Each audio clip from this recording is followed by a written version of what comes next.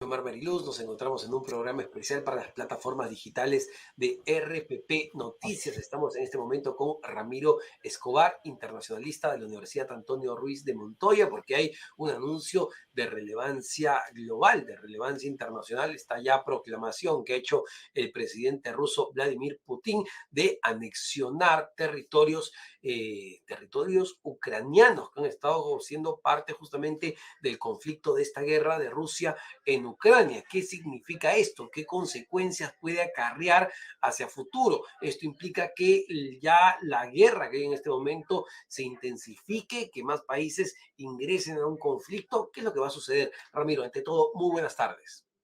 ¿Cómo te va, Omar? Gracias por la invitación nuevamente y un saludo también para los amigos que nos ven por las distintas plataformas.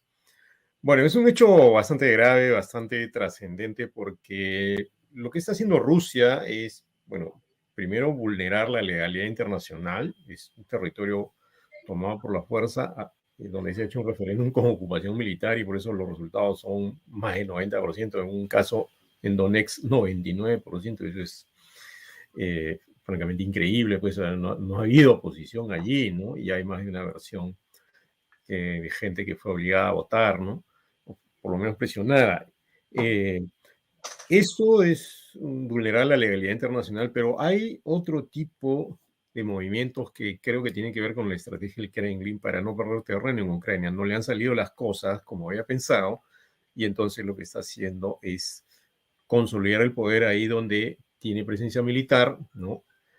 Desde su punto de vista, legalizarlo y con eso hacer que eso ya se considere territorio ruso y por lo tanto deslizar la idea de que si son atacadas esas zonas por algún país que sea miembro de la OTAN, ya se está atacando territorio ruso y la propia Ucrania, ¿no? Cuando se ataca eso ya ellos van a considerar que se está atacando territorio ruso. Y eso tiene una implicancia, Omar, porque hasta ahora la idea evidente era que nadie había atacado a Rusia. Con esto ya existe el argumento que están atacando a Rusia, ¿te das cuenta? O Es sea, decir, con esto, esto, Ramiro, puede acelerar o gatillar mucho más un conflicto de mayores proporciones. Es decir, ahora esto es mío. Y si tú, Alemania, Estados Unidos o quien sea, interviene, está interviniendo en territorio ruso. exactamente, esa es la idea. Esa es la idea para los aliados de Ucrania, que no han participado directamente en los combates, pero que sí están apoyando militarmente a Ucrania, y para la propia Ucrania, algunos ciudadanos rusos, más de uno en realidad, decía yo, ¿por qué me voy a enrolar debido a ese llamamiento que hizo Putin hace una semana más o menos, si no han atacado territorio ruso? Bueno, ahora sí se atacan esas zonas, entonces desde el punto de vista del Kremlin, es decir, de Putin, del Estado ruso, sí se está atacando territorio ruso. Entonces es una medida para persuadir a la gente de adentro de que sí ya se está atacando territorio ruso y para también lanzar un mensaje a Ucrania y a los aliados de Ucrania, aliados militares, pero que no están en el terreno, de que si se ataca esa zona, se está atacando territorio ruso, y eso es bastante peligroso, ¿no? Ahora, pero ¿qué consecuencias concretas crees que traiga este anuncio? Es decir, ok, van a anexionar esta parte del territorio de Ucrania. ¿Crees que haya un masivo apoyo de parte de los rusos ahora sí salir y pelear por esta supuesta guerra o esta guerra que ha iniciado Vladimir Putin? Mira, lo dudo porque no creo que con este amago legalidad que ha hecho el Estado ruso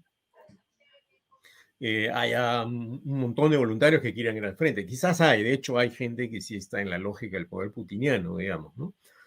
Pero en realidad lo que se avisora es una guerra más intensificada, más cruel, más violenta, algo que me parece penoso para la humanidad y siempre se olvida que quienes más sufren suelen ser los civiles. Entonces mucha gente también estará pensando que eh, si va allí no es que va a ser solamente un apoyo a los militares que están en la zona, sino que probablemente vaya a pelear, ¿no?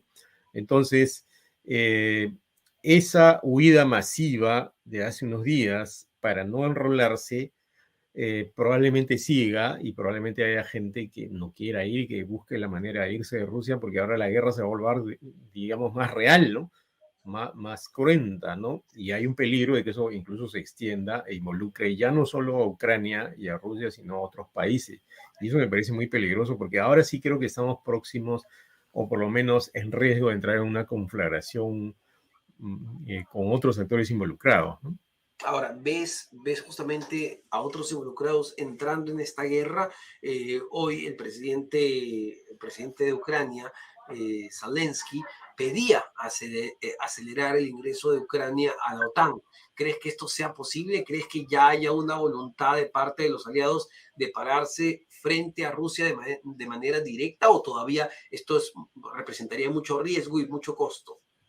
A ver, la OTAN está conformada por prácticamente todos los países de la Unión Europea, Canadá, Estados Unidos, entonces son varios socios entre los cuales tienen que ponerse de acuerdo, no es que uno va a decir, vamos, evidentemente Estados Unidos lleva la voz cantante, pero también es el Reino Unido, que ya no es parte de la Unión Europea, entonces tiene que haber un debate dentro de la OTAN, adentro de la OTAN, para ver qué hacen, cómo responden. Creo que hay mucha cautela porque hay posiciones distintas, no es la misma la posición francesa que la alemana, por decir algo, o por citar un ejemplo, pero sí creo que hay mucha preocupación porque incluso nuevamente ha flotado en el discurso de Putin de la anexión la cuestión nuclear, ¿no? Él ha dicho que ya Estados Unidos lo usó 2 veces, lo que es un precedente, y con una manera de decir, bueno, tal vez no sea la única manera, la única ocasión en la cual se utilice. Entonces, pero involucrarse directamente va a ocasionar, va a ser, digamos, el primer paso en una conflagración más grande que es muy, muy peligrosa y que probablemente la propia población europea no quiere, ¿no? Entonces, eso creo que lo van a tratar con mucha cautela, pero a la vez tienen el desafío delante, tienen que hacer algo porque ya sí hay un ataque a territorio ruso de los ucranianos con apoyo de la OTAN, no con soldados de la OTAN en el terreno, ya Rusia puede tener el argumento que están atacando ya mi territorio, ¿no? Ahora, de no pasar nada, Ramiro, de no haber respuesta concreta de la OTAN, esto implicaría que Rusia finalmente ganó la guerra, es decir, que se apoderó de estos territorios ucranianos nuevamente, luego de lo que sucedió con Crimea, sin que pase nada. Bueno, yo creo que eso es bastante difícil porque ahora es más o menos el 15% del territorio ucraniano el que ha sido anexionado, ¿no? Entonces, y además después de una guerra que ya lleva varios meses, y además cuando ya hay dos actores involucrados, ¿no? Rusia y Ucrania, pero uno de ellos, Ucrania, con apoyo internacional. Entonces, no creo que lo dejen pasar, pero el problema, ¿sabes cuál es, Omar? Que Putin ha deslizado la idea de negociar, pero no va a negociar esa parte, es decir, el 15% ya se queda con él, ¿no? Y Zelensky ha dicho que de ninguna manera, que si se sienta a negociar va a ser para ver qué se hace con esa zona hoy anexionada. Además, ¿no? El hecho de que se amenace o por lo menos se insinúe que hay la posibilidad de usar armas nucleares crea un estado de zozobra y esto es interesante entenderlo. Yo, como otros colegas, creo que es bien difícil que se utilicen en realidad, porque todos saben que se apriete ese botón y la autodestrucción está casi garantizada. Sin embargo, se levanta como una amenaza precisamente para hacer retroceder al adversario. En este caso, el Kremlin es algo así como decir, miren, yo puedo apretar ese botón, ojo, o sea, si se meten conmigo, puedo apretar ese botón. Y si se aprieta ese botón, todos perdemos.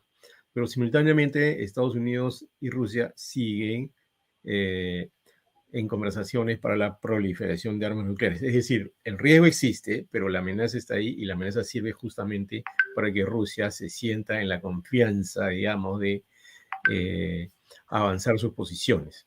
Y dime, Ramiro, un hecho de este tipo que ya efectivamente Vladimir Putin ha elevado la apuesta de manera significativa en todo este Sí. proceso de conflicto, ¿ves a un Estados Unidos mucho más activo, es decir, más allá de la OTAN?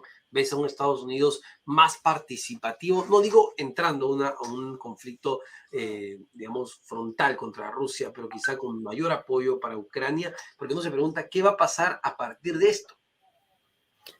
Mira,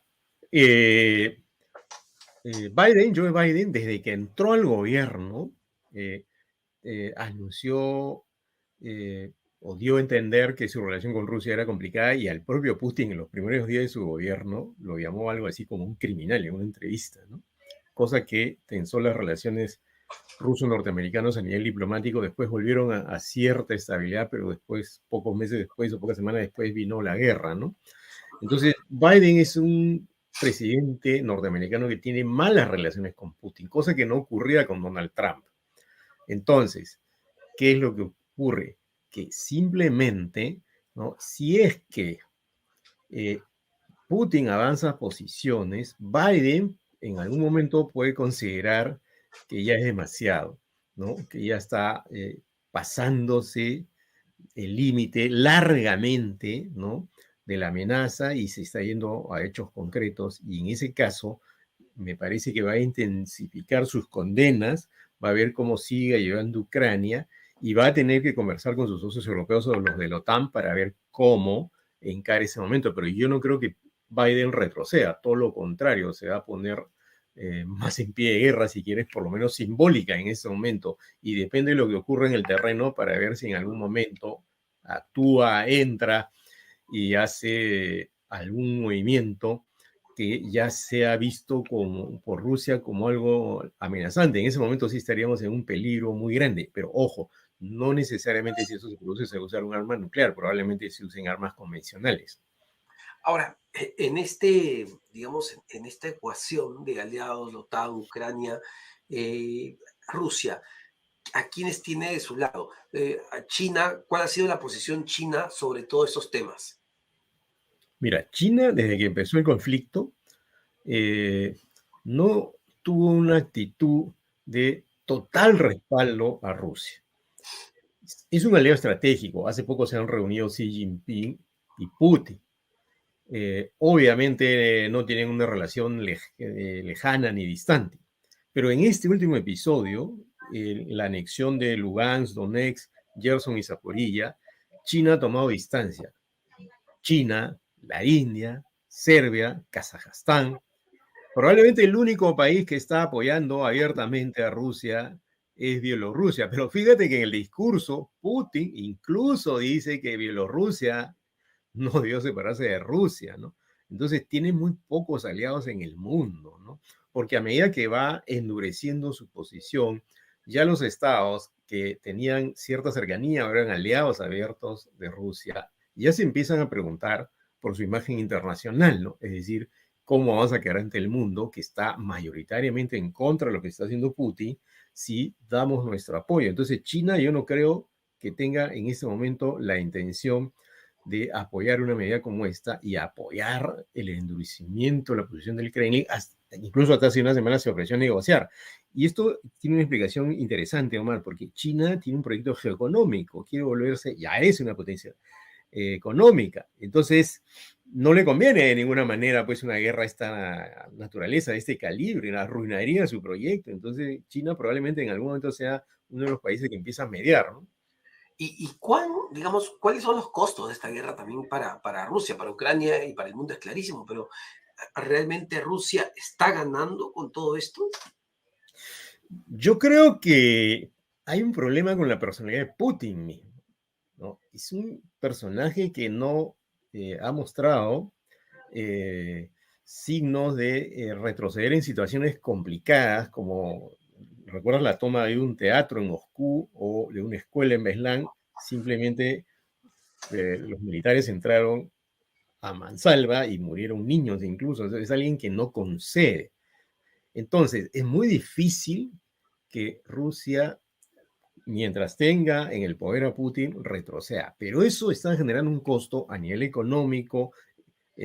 Cuando se llamaron a los reservistas, cayó la bolsa de Moscú, ¿no? El rublo, perdón, se ha devaluado, ¿no? Hay mucha gente que se está preguntando, oye, ¿qué hacemos en este pleito, ¿no? Y por eso la gente está huyendo para no ir al frente, ¿no? Entonces no las tiene muy tranquilas adentro tampoco, pero tiene capacidad de resistir, porque lo que ocurre es que como tiene gran poder energético, el gas, eso no hay que olvidarlo, esa es una manera de mantenerte, ¿no? Con la amenaza en una mano ¿no? Y con el recurso en la otra, ¿no? Es decir, ¿por qué la Unión Europea no podría hacer más? Porque todavía depende del gas ruso. Pero si te fijas, hace poco ha habido un atentado o un presunto sabotaje al gasoducto Nord Stream, lo que complica aún más las cosas. No se sabe quién fue, pero ese es el tipo de incidentes que sucede previos a una guerra de gran envergadura y eso es muy, muy preocupante, ¿no?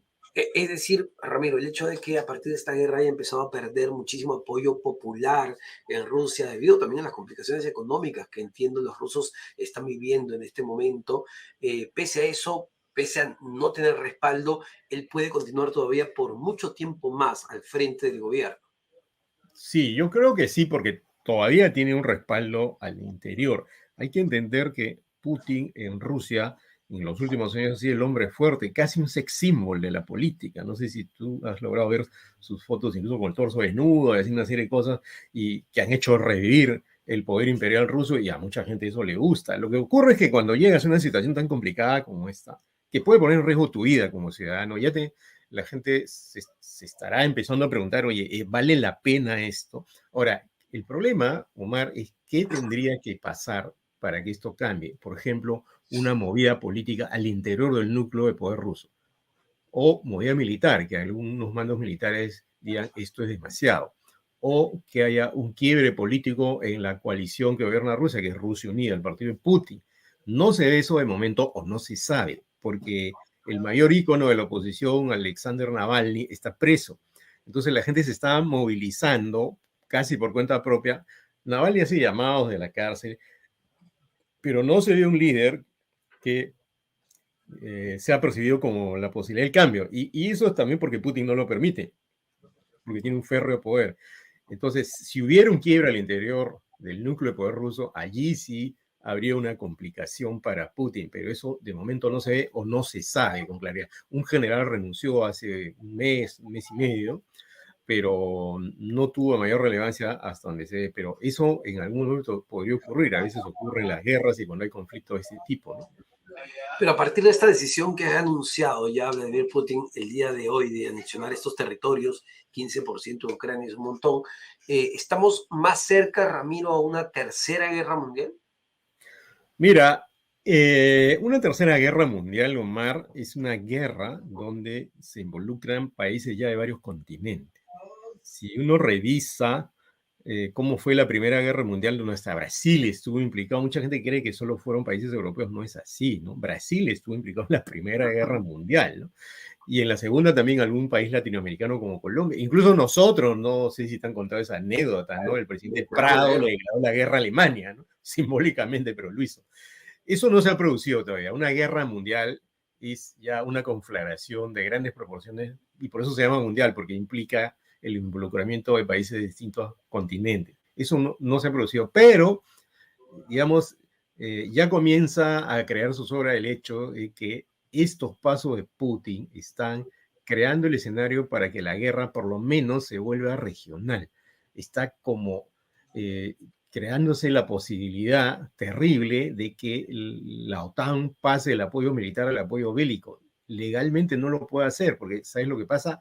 Vulneraría también el derecho internacional, y eso sería un argumento de Putin. Ya ves, a mí me critican, pero ellos lo están haciendo. ¿En qué momento eso se puede romper? Bueno, mi colega Juan Pablo Tocaltián, un profesor argentino, dice que cuando tú entras a la guerra, entras en una zona de niebla, ¿no? Y cuando la guerra se intensifica, tú no sabes pues dónde está el final del túnel.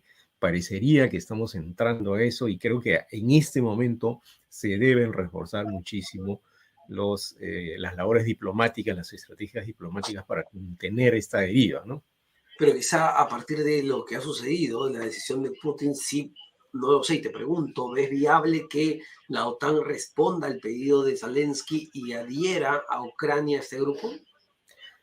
Los ingresos a la OTAN tienen un proceso que generalmente es largo, ¿ya? Pero no es solo Ucrania la que ha pedido, también ha pedido Suecia, ¿no? Que no está en la OTAN, ¿no? Entonces lo que se ve es una serie de movimientos de países que no estaban muy interesados, bueno, Suecia, por ejemplo, en participar en la OTAN, y este país desesperado por la invasión de uno de los países más poderosos del mundo, de hacerlo. La OTAN podría hacerlo en base a una decisión política acelerada y reducir el tiempo de ese proceso. Pero eso, por ejemplo, significaría para Putin un gesto hostil, ¿no? Porque diría, mira, están preparando el camino para que la OTAN pueda intervenir. Entonces, es una situación muy delicada, Omar, porque estamos como andando en un terreno fangoso o lleno de piedras calientes, ¿no? Y cualquier movimiento, cualquier error incluso, cualquier ida de tono, que Putin ya se ha ido de tono varias veces, ¿no? Hay que leer su discurso de hoy, es francamente hostil contra Occidente, ¿no? Le echa la culpa de todo, incluso a nivel civilizatorio, ¿no? Occidente no puede responder así, tendría que pensar en otra lógica, pero a la vez tiene el desafío adelante que está implicando, ¿no? Ya una guerra que podría crecer. Entonces, estamos realmente en una situación bastante riesgosa. Yo soy bien cauteloso cuando me preguntan sobre la Tercera Guerra Mundial. Nunca lo doy por ello porque, como te digo, ahí tendría que pasar más cosas, pero sí estamos entrando en una zona muy peligrosa. Y esta zona muy peligrosa, que también es una, a ver, ya de por sí genera mucha inestabilidad, vamos a verlo reflejado en lo que hemos vivido hasta el momento, es decir, incremento de precios de una serie de productos por los granos que vienen de estos países, es decir, el impacto va a seguir llegando incluso al Perú. Bueno, ya hay impacto a nivel mundial. Ya ha habido, sin embargo, un acuerdo entre Rusia y Ucrania para dejar salir alimentos desde el Mar Negro, ¿no? Desde los puertos ucranianos del Mar Negro. No hace mucho yo me reuní con una funcionaria de Naciones Unidas que me explicó cómo ha sido el proceso, un poco complicado, pero al final se logró. Y ella, por ejemplo, me comentaba que a partir de este incidente, bueno, ya no es un incidente, esta invasión, este hecho bélico prolongado, iba a haber 95 países en el mundo que iban a verse más afectados. Sin embargo, me dijo que uno de ellos no iba a ser el Perú, y la explicación que dio tenía cierta lógica. Bueno, el Perú, para empezar, no es un país muy endeudado. Y segundo, que exporta alimentos. Y que Así podría es. incluso darse, según ella, la situación de que algunos países requieran alimentos y puedan requerir más exportaciones de alimentos de Perú y desde otros países. Es decir, cuando pasan estas cosas, se mueve el tablero económico, Sí. geopolítico, comercial, que pueden beneficiar a otros países. Pero de todas maneras la resaca nos está llegando, ¿no? De hecho, en los combustibles, de hecho, en los fertilizantes. Entonces, es una sacudida mundial que puede traer consecuencias económicas para el Perú y para otros países. Claro que sí, Ramiro. Muchísimas gracias por este análisis, esta entrevista sobre lo que puede ocurrir a partir de este anuncio que ha hecho Vladimir Putin de anexionar territorio ucraniano. Ramiro Escobar, internacionalista, profesor de la Universidad Antonio Ruiz de Montoya. Gracias por acompañarnos. Muchas gracias, Omar, a ti. Y No, un gracias, Ramiro. saludo para ti, los quienes nos escuchan hoy.